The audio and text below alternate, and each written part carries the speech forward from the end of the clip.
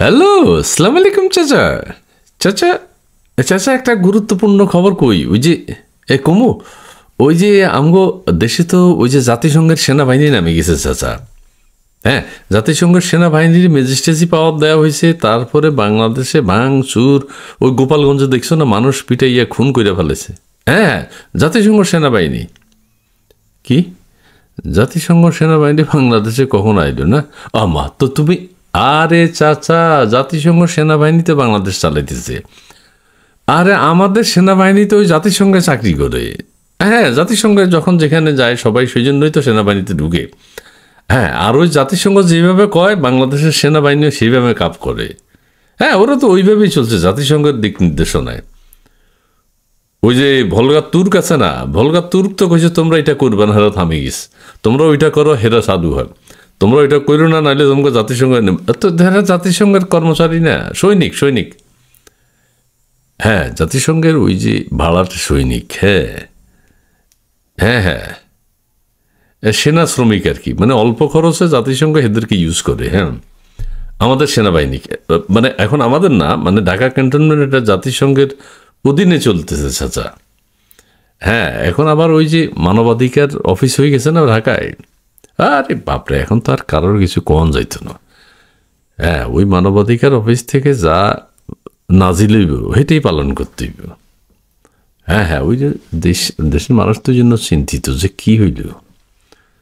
হ্যাঁ, ওই শেখ হাসিনা সরকার তো এটা দেয়নি। হ্যাঁ, এই সরকার দিয়ে দিছে এটা তো আমেরিকার সব দিব। হ্যাঁ চাচা, ওই এখন যে কথা কইলাম, জাতিসংঘের সেনা বাংলাদেশের একেবারে আনাচে কানাচে, মানে সব জেলায় আছে চাচা। এতদিন তো আমরা এটা নিয়ে চিন্তা করিনি, আমরা মনে করছিলাম আমাদের দেশ সেনাবাহিনী না, আমাদের দেশের সেনাবাহিনী তো আমাদের দেশের কথা চলতেছে না। হ্যাঁ, ওই বলগা তুর্ক বা গোতরেজ মহোদয় যেটা বলে ওইটাই। হ্যাঁ, সেনাবাহিনী এটা দাপট শুনে, কারণ ওই যে কিছু স্যালারি পাইতো। হ্যাঁ হ্যাঁ, ও কম খরচে আমাদের দেশ থেকে সৈনিক নেয়। অন্যান্য দেশ মালয়েশিয়া, সিঙ্গাপুর যেমন আমাদের দেশে শ্রমিক নেয়। হ্যাঁ, ওই রকম আমাদের দেশ থেকে ওরা কম খরচে সেনা শ্রমিক পায়।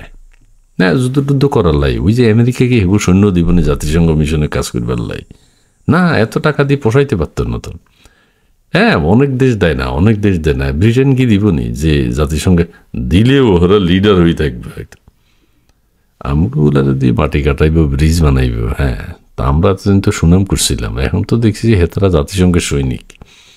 চাচা, এই বিষয়টা তোমার কাছে ক্লিয়ার করলাম, জাতির কাছেও ক্লিয়ার হয়ে গেল যে জাতিসংঘ সৈনিকরা বাংলাদেশে কাজ করতেছে। হ্যাঁ, ওই নেতৃত্ব দিচ্ছে ওয়াকারুজ্জামান সাহেব আর কি। হ্যাঁ হ্যাঁ, এটাই clear clear, loud and clear চাচা। তোমার মানে কথাটা অনেকে ভেবে চিনতে কইছে, মানুষ কই যে হ্যাঁ, তো সেনাবাহিনী তো ওই তো সেনাবাহিনী ও কইছে যে তোমরা ওখানে পিটাও, ওখানে খুন করো, ওখানে ম্যাজিস্ট্রেসি পাওয়ার নাও, ওইটা করো, এরকম বিচার হবে না। আর হইল হ্যাঁ, জাতিসংঘ যা কইব, কোনো সরকার ফালাই দিতে কইলে হেরা ফালাই দিব। জাতিসংঘ কাউরে খুন করতে কইলে হেরা খুন করে ফালাইব। ৭১-এর পর বহু খুনাখুনি হয়েছে না। হ্যাঁ, জাতিসংঘ কইছে, জাতিসংঘ মানে জাতিসংঘের মাধ্যমে আবার পশ্চিমা দেশগুলো চায় কারা খুন করতে হইব, কি করলে তোমরা জাতিসংঘ মিশনে যাইতে পারবে, কখন রাষ্ট্র ক্ষমতা দখল করলে কোনো অসুবিধা হইত না। ওর সব জাতিসংঘের নির্দেশে চলতেছে চাচা। হ্যাঁ, এখন ওই গোপালগঞ্জের বিষয়টা হইল, গোপালগঞ্জে যা হয়েছে আর কি, এইটা আমাদের সেনাবাহিনী বাঘের বাচ্চার মতো খুঁজছে চাচা একেবারে। না, জাতিসংঘ এগুলো দেখে নেই, কারণ হেদেরই তো সৈনিক। হ্যাঁ, কথাটা তো বুঝতে হইবে চাচা। সরি, এক্সকিউজ মি, জি জি চাচা। চাচা না, মানে এটা তুমিও ওখানে ওই দুবাইতে জাগরে পাও, বিষয়টা কও আর কি, যে আমরা তো জাতিসংঘের সৈনিকের অধীনে আছি। হ্যাঁ হ্যাঁ হ্যাঁ, ঠিক আছে ঠিক আছে।